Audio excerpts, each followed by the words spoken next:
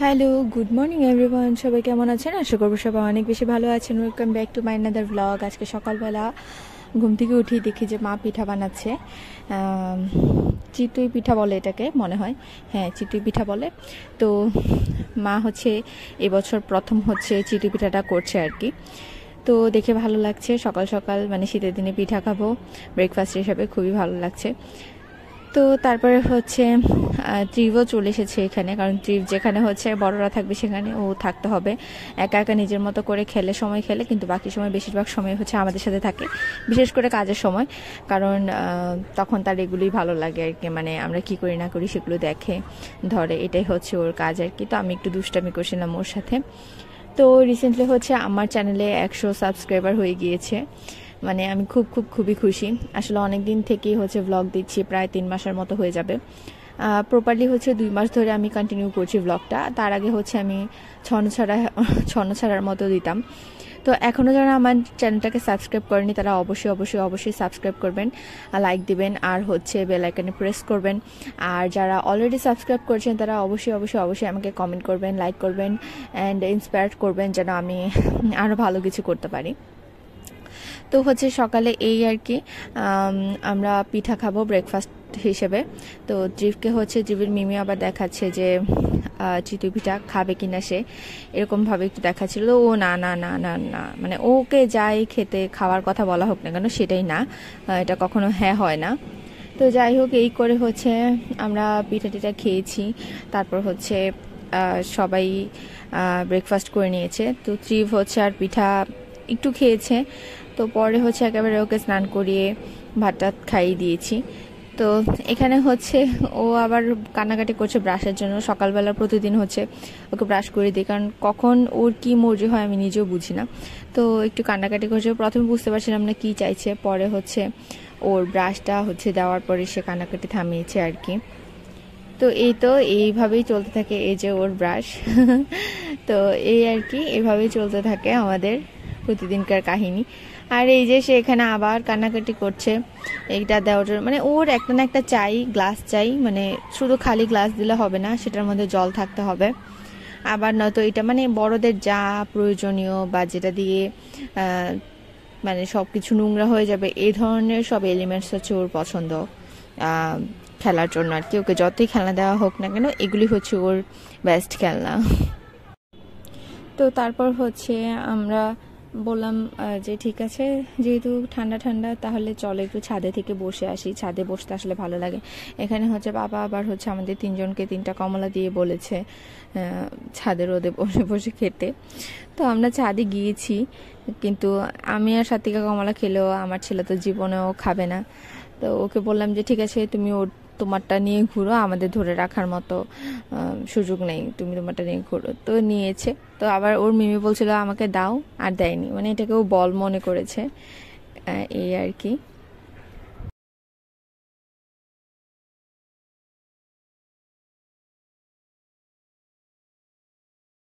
তো এই তো এসব করে করে হচ্ছে অলমোস্ট 12টার মতো বেজে গিয়েছে।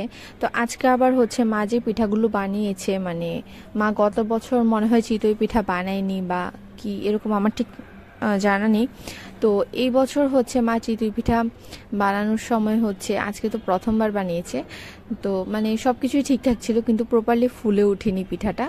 এমনিতে ভালোই হয়েছিল খেতে, কিন্তু ফুলে ওঠেনি। তো এই জন্য মা হচ্ছে আবার একটু ঘ্যান ঘ্যান করছিল কেন পিঠাটা পারফেক্টলি হয় নাই সেটার জন্য। তো অনেক এটা নিয়ে কথাবার্তা চলছিল। তো পরবর্তীতে হচ্ছে আমরা এদিক সেদিকে একটু মানে ইউটিউবে দেখলাম রেসিপি। তো অনেক লেকিংস ছিল যেগুলো হচ্ছে বুঝতে পেরেছি। তো সেটা করলে হচ্ছে আসলে পারফেক্টলি চিতই পিঠা হয়। তো যদি নেক্সট টাইম করি তাহলে অবশ্যই আপনাদের সাথে শেয়ার করব কিভাবে পারফেক্টলি চিতই পিঠা তৈরি করে নেওয়া যায়। এই তো এরপর হচ্ছে বাসায় চলে এসেছি। এখানে হচ্ছে জিফকে স্নান করাবো, সেই জন্য আমি ওর ড্রেসও খুলে দিয়েছি, কিন্তু ও এত বিরক্ত করছে, কান্নাকাটি করছে। ও মানে দিনে 24 ঘন্টায় সে যদি ছাদে থাকতে পারে তাহলে সেটাই তার জন্য মনে হয় যে ভালো, সে এরকম করে আর কি। তো যাই হোক, এখন স্নান টান করে দিয়েছি, তারপর মা হচ্ছে পূজা দিচ্ছে। তো আবার ভাবছিলাম যে একটু পুডিং বানাবো। তো দেখতে এসেছিলাম যে পাপা মানে আসলে দুধ শেষ হয়ে গেছে। তো আমি দেখতে এসেছিলাম যে পাপা দুধ এনেছে কিনা। আমি আসলে গুঁড়া দুধ দিয়ে পুডিংটা তৈরি করি, আমার কাছে মানে গুঁড়া দুধ দিয়ে পুডিংটা তৈরি করতে ভালো লাগে। গরুর দুধ দিয়েও করা যায়, লিকুইড দুধ দিয়েও করা যায়, তবে আমার জন্য এটা ইজি হয়, কারণ জাল দিয়ে প্রিপেয়ার করতে একটু টাইম লাগে যেহেতু, সো এখানে আমার এটাই হচ্ছে সুবিধা হয় আর কি। এখানে হচ্ছে মা শীতের সমস্ত পোশাক আমাদের আসনে ঠাকুরদেরকে পরিয়ে নিয়েছে, ভগবানকে পরিয়ে দিয়েছে। এগুলো মা এবছর নতুন বানিয়েছে, আর দুইটা ক্যাপ বানিয়ে অলরেডি ধুয়ে এখানে মানে গ্রিলে শুকাতে দিয়ে দিয়েছে আর কি, জানালাতে। তো ড্রেসগুলো খুব সুন্দর হয়েছে, খুব সুন্দর লাগছিল দেখতে। তো সেজন্য আপনাদের সাথে একটু শেয়ার করলাম। আপনারা অবশ্যই জানাবেন কেমন হয়েছে ড্রেসগুলো, আমার কাছে তো খুবই ভালো লেগেছে। তো তারপরে হচ্ছে আবার ট্রিপ একটু মানে ঘ্যান ঘ্যান করছিল, ঘুমিয়ে যাবে, কারণ ও স্নান করার পরে ঘুমিয়ে যায়। তো ওকে নিয়ে হচ্ছে শুয়েছে প্রায় আধা ঘন্টা থেকে 45 মিনিট হবে, কিন্তু ওর ঘুমের কোনো মানে ভাবই দেখছি না, মানে এমনিতে ঝিমাচ্ছে কিন্তু ঘুমাবে না। আর এই যে শুয়ে শুয়ে এখানে নিজের আঙুল দিয়ে কি যেন দেখছে, করছে, ভালো লাগে বাচ্চাদের এগুলো দেখতে। আসলে ওর আঙুলগুলো দেখে হচ্ছে ভাবছিলাম, মনে হচ্ছিল যে সেদিনই তো এত মানে ছোট ছোট ছিল আঙুলগুলো, মানে এত ছোট ছিল, এত সফট ছিল। মানে এখন তো একটু বয়সের সাথে সাথে হালকা একটু ওর হাতের মধ্যে ম্যাচিওর ভাবটা এসেছে, মানে চামড়াগুলো একটু শক্ত হয়েছে। তো মানে আসলে তাড়াতাড়ি সময় চলে যায়, সেটাই মনে হচ্ছিল আর কি। আর এখানে হচ্ছে আমি কাপড় চোপড় যা ধুয়ে দিয়েছিলাম আগের দিন, সেগুলো গুছিয়ে নিচ্ছি। ত্রিভ হচ্ছে আবার ঘুমায়নি, ও উঠে পিছনে পিছনে ঘুরছে।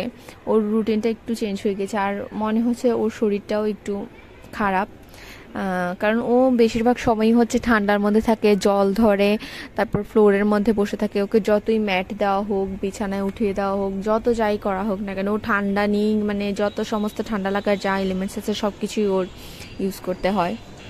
তো একটু খারাপ মনে হচ্ছে। তো তারপর হচ্ছে আমি প্রাইভেটে চলে গিয়েছি, সেখান থেকে আসার সময় দেখলাম যে গির্জাতে অলরেডি লাইটিং করা হয়ে গিয়েছে, যেহেতু সামনে বড়দিন।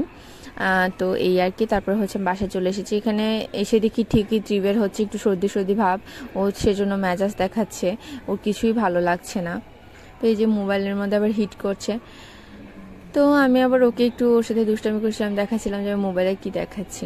তো যেমনটা বলছিলাম, মা আসলে পিঠাটা পারফেক্ট না হতে ঘ্যান ঘ্যান করছে, মানে যতক্ষণ না পারফেক্ট হবে, এটা আমারও সেম অভ্যাস। মা হচ্ছে আবার গুঁড়ি নিয়ে বসে গিয়েছে, তো ভালো করে ফেটাচ্ছে। তো তারপর মা হচ্ছে আবার বানিয়ে দেখবে যে পারফেক্টলি হয় কিনা। এখানে হচ্ছে আমি আবার মটর ডাল বসিয়ে দিয়েছি। এটা বেসিক্যালি বসিয়েছি ত্রিবের জন্য, কারণ ওর হচ্ছে পটিটা শক্ত হয়ে যায়। তো ডক্টর বলেছে এই ডালটা খাওয়ালে, বুটের ডাল, এই ডালটা খাওয়ালে মানে নর্মালি হবে আর কি। তো দ্যাটস ওয়াই। আর এখানে হচ্ছে লাউ আছে, লাউয়ের মধ্যে বাজারে হয়তো বা সবাই নখ দিয়ে চেক করেছে। তো লাউটা দেখে খুব লুভ লাগছিল, কারণ আমার লাউ খুব পছন্দ। এখানে পাকা টমেটো আছে, তো ভাবছিলাম রাতের বেলা আসলে একটু ভর্তা খাওয়া যাক, কারণ একটু চাটপাটা কিছু খেতে ইচ্ছে করছে আর কি। তো এই যে মা আবার পিঠাটা করে নিচ্ছে। আমি অলরেডি হচ্ছে বুটের ডালটা ধুয়ে টুয়ে বসিয়ে দিয়েছি। প্রাইভেট থেকে আস্তে আস্তেও লেট হয়ে গেছে, প্রায় রাতের 8:30টার মতো বেজে গিয়েছে। আবার এখান দিয়ে ত্রিবের শরীরটাও একটু একটু খারাপ। আবার ও মানে খারাপ তো কি হয়েছে, মানে হয় না যে বাচ্চারা একটু বসে থাকে একটা জায়গায় শরীর খারাপ হলে, বা শরীর খারাপ লাগলে আসলে কিছু করতে পারলাম, কিন্তু ওর এই সমস্ত কিছু নেই। ওর দুষ্টামি ঠিক আছে, বাদ বাকি সব কিছু হচ্ছে। তো তারপর হচ্ছে ওর আবার দাদুভাই ফোন দিয়েছে, প্রতিদিনই ফোন দেয় রাতের বেলা, তো কথা বলছে। দেখেন কি আবল তাবল বলছে।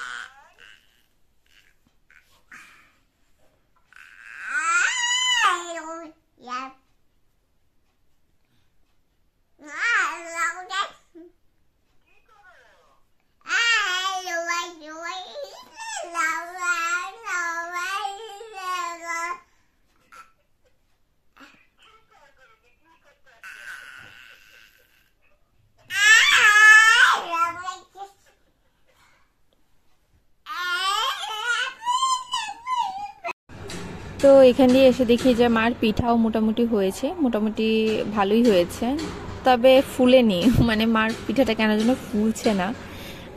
আমি ট্রাই করে দেখব ফুলে কিনা প্রপারলি, তখন বোঝা যাবে আসলে লেগিংসটা কোথায় আছে।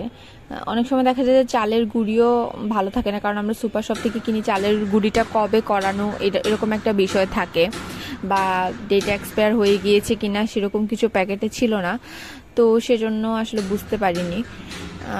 দেখে আসলে ব্র্যান্ডের চালের মানে ব্র্যান্ডের সব কিছু ইউজ করা ভালো। এটা আসলে ব্র্যান্ডের কি মানে কোনো চালের গুঁড়াই পাচ্ছিলাম না, এই চালের গুঁড়াটা জাস্ট প্যাকেট একটা খোলা পলিথিন টাইপের প্যাকেটে করা ছিল, তো সেজন্য ডেট দেখবো যে সেরকম কোনো ব্যবস্থা ছিল না, তো জাস্ট নিয়ে এসেছি আর কি। আর এখানে ডালটাও মোটামুটি সিদ্ধ হয়ে গিয়েছে, পাশে হচ্ছে আমি একটু টমেটোও সিদ্ধ করে নিয়েছি ভর্তা খাওয়ার জন্য, টমেটোর চাটনি টাইপের, মানে যেটা হচ্ছে সিদ্ধ করে যে চাটনিটা করে সেটা। আর এখানে হচ্ছে শুকনো মরিচ সব কিছু দিয়ে হচ্ছে আমি ডালটাও রান্না করে নিচ্ছি। আসলে প্রতিদিন এক টাইপের খাওয়াই না, কখনো দেখা যায় যে 5 ফোড়ন দিয়ে রান্না করি, আবার আজকে রান্না করছি গরম মশলা আর পেঁয়াজ রসুন দিয়ে, আবার কখনো দেখা যায় যে একেবারে ধুতে চুলি শুধুমাত্র জিরা দিয়ে দিই, আর না হলে কালি জিরা দিয়ে দিই। আসলে এরকমভাবে একটু চেঞ্জ করে দিই, কারণ এক টাইপের ডাল একই রকম খেতে থাকলে আসলে ওর ভালো লাগবে না, তো সেজন্য হচ্ছে একটু চেঞ্জ করে দেওয়ার ট্রাই করি আর কি। তো এই যে ডালটাও রান্না করে নিচ্ছি, ওখান দিয়ে হচ্ছে প্রিয়ের শরীরটা আরও বেশি খারাপ হয়ে যাচ্ছে, জানি না আজকে রাতে কী করবে। নেক্সট ব্লগে অবশ্যই বলবো ওর কী অবস্থা মানে শরীরের। তো এই তো আমি যদিও হচ্ছে আমাদের বাসায় সবসময় আমি ওর জন্য মানে না পাটা রাখি, তো খাইয়ে দেবো খাওয়ার পরে। তো এই তো ওর ডালও রান্না হয়ে গিয়েছে, তো উপর থেকে হচ্ছে আমি একটু গরম মশলার গুঁড়া দিয়ে দিয়েছি, আর ও হচ্ছে কুল থেকে নামতে চাচ্ছে না, মার কুলে কুলেই আছে, তো এখান দিয়ে হচ্ছে আবার ভর্তাও তৈরি করে নিচ্ছি। তো ডালটা আসলে খুব ভালো হয়েছিল, সেজন্য মোটামুটি ত্রিশসহ সবাই খেয়েছে আর ওর জন্য মানে করে রাখা হয়নি, নেক্সট ডে হচ্ছে আবার হয়তো রান্না করতে হবে। এখানে হচ্ছে আমি পেঁয়াজ ধনেপাতা লবণ আর সরিষা তেল দিয়ে হচ্ছে টমেটো চাটনি যেটা সেটা করে নিচ্ছি ভালো করে মেখে। তো আমার আজকের ব্লগ এই পর্যন্তই ছিল, আজকে আর দেখানোর মতো কিছু নেই, অলরেডি রাত 11টার মতো বেজে গিয়েছে। তো আজকের ব্লগ এই পর্যন্তই ছিল, আমার ব্লগগুলো কেমন হচ্ছে আমাকে অবশ্যই কমেন্ট করে জানাবেন, অবশ্যই অবশ্যই অবশ্যই আমাকে সাবস্ক্রাইব করবেন। সবাই অনেক বেশি ভালো থাকবেন, নেক্সট ব্লগ দেখার জন্য আপনাদের সবাইকে আমন্ত্রণ রইল। টিল দেন সবাই অনেক অনেক অনেক বেশি ভালো থাকবেন, টাটা।